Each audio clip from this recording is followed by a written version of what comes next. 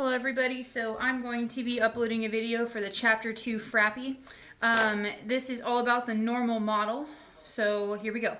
The distribution of scores on a recent test closely followed a normal distribution with a mean of 22 points and a standard deviation of 4 points.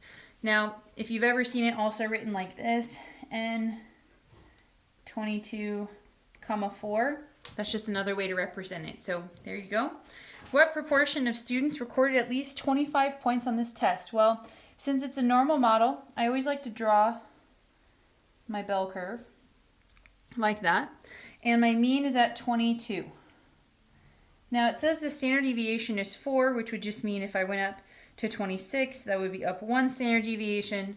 And if I went down to 18, that would be down 1 standard deviation, and so on. I can keep counting by 4s, but I realize that 25 is not a perfect standard deviation away from the mean.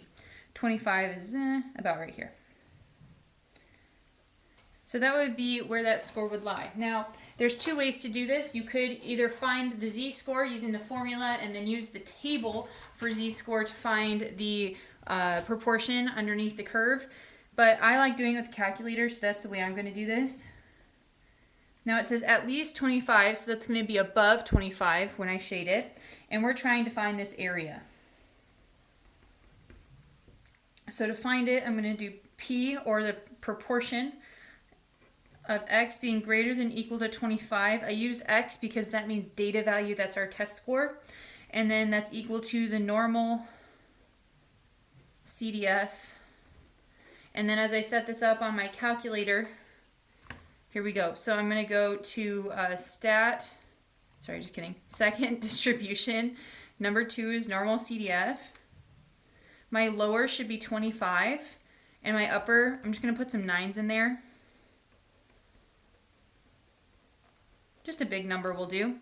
My mean is 22. And my standard deviation is 4. Enter. And I get 0.2266. I'm going to round right there. We need 4 decimal places. So that is the area under the curve. It's also what we call the proportion for that value.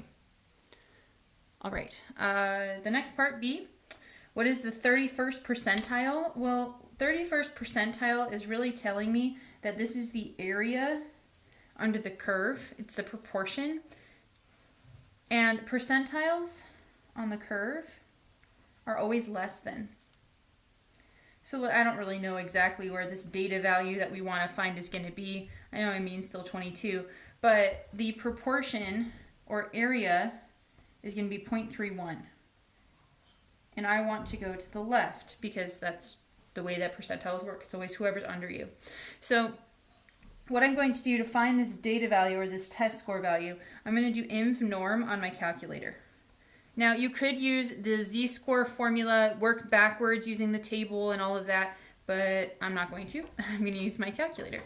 So I go second distribution. Inv norm is number 3. And then I'm going to find the area is 0.31. The mean is still 22. The standard deviation is still 4. Paste, enter, and I have 20.016. I'm going to round it to 6 for the 4th decimal place. So let me write this in. I get 0.31, 22, 4, and I end up with 20.0166. Now, I can't really get that on a test, so I'm just going to put it as 20 would be the test score. I'm going to round it to the nearest whole number. Okay. For part C, we're going to be talking about transforming these test scores so that the normal distribution has a mean of 80 points and a standard deviation of 10 points. So to do this, they use this formula. Now, I want you to be careful on this. You're going to have to go back to algebra and do some systems of equation work here. So I think it's best if we just think about the old mean, which I'll do mean 1, mu 1 is 22, and we want the new mean to be 80. So if we think about it on a bell curve,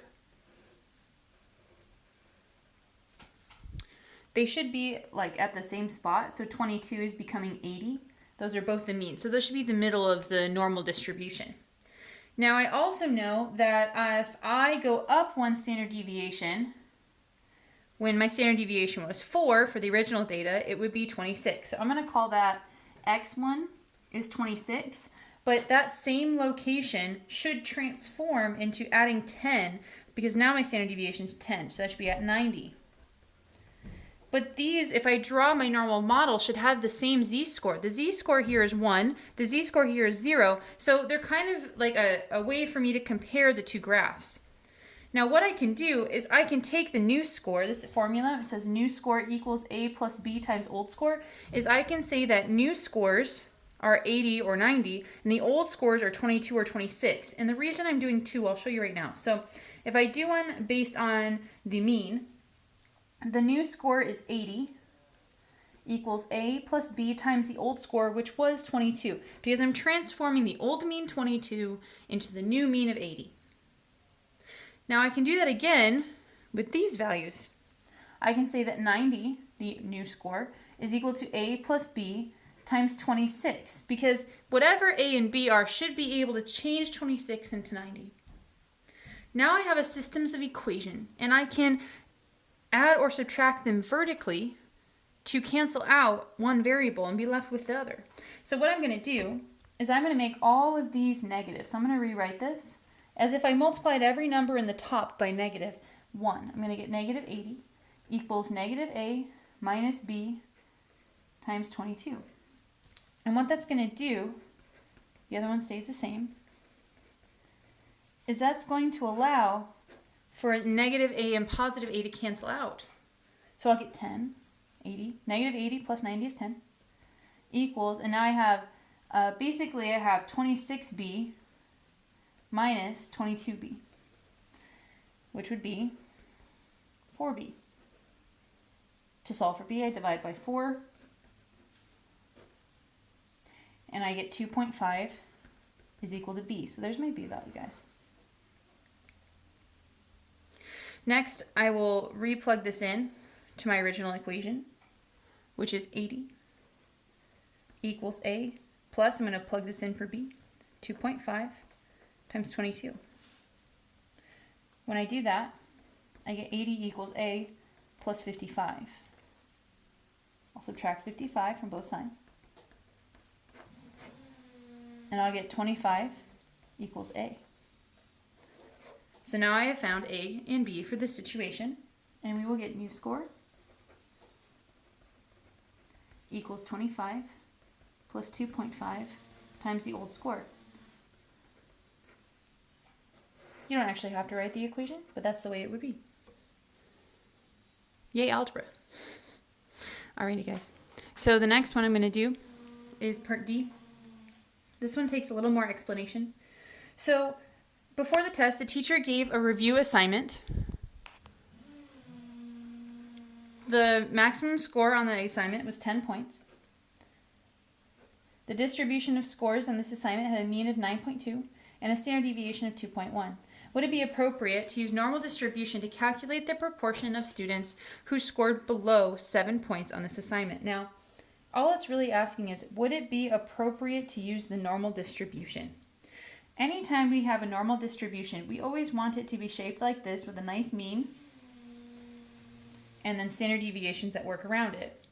We also want to make sure that within one standard deviation of the mean, I contain 68% here and 16% and 16% above and below there. Now this is something you guys probably already know. Now here's the issue. It's telling me that my mean is 9.2 and my standard deviation is 2.1. Well, my maximum is 10. And if I really think about this, that's going to, if I add a standard deviation, it's going to be all the way up at 11.3. However, I can't have data that's greater than 10. Like, let's say all the way out here, this is my maximum of 10. And then down here would be my minimum, which I don't know, probably 0. But the problem of having a standard deviation of 11.3 is that 11.3 is going to be all the way up here. Sorry if you can hear my dog, guys. So this value saying that it's so much bigger when 10 should really be on the outside of many standard deviations because it's the maximum, right? Then that's a problem. I can't have my standard deviation going beyond my maximum and thinking I'm going to contain a good 16% above that value. So what we would say is no, the normal curve should contain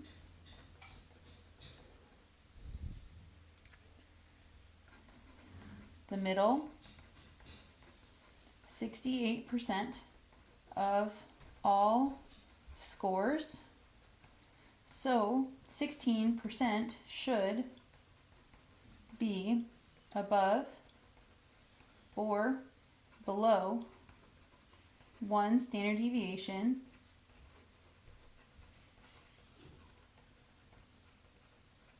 from the mean. Now, that's just part of my explanation. The other idea is, if you think about this, this is definitely showing that my data has skew, right? Because if a maximum is 10 and my mean is 9.2, you have all of these other values where scores could be spread out. That's also why the standard deviation is not reliable. So I'm also going to say, however, it would be impossible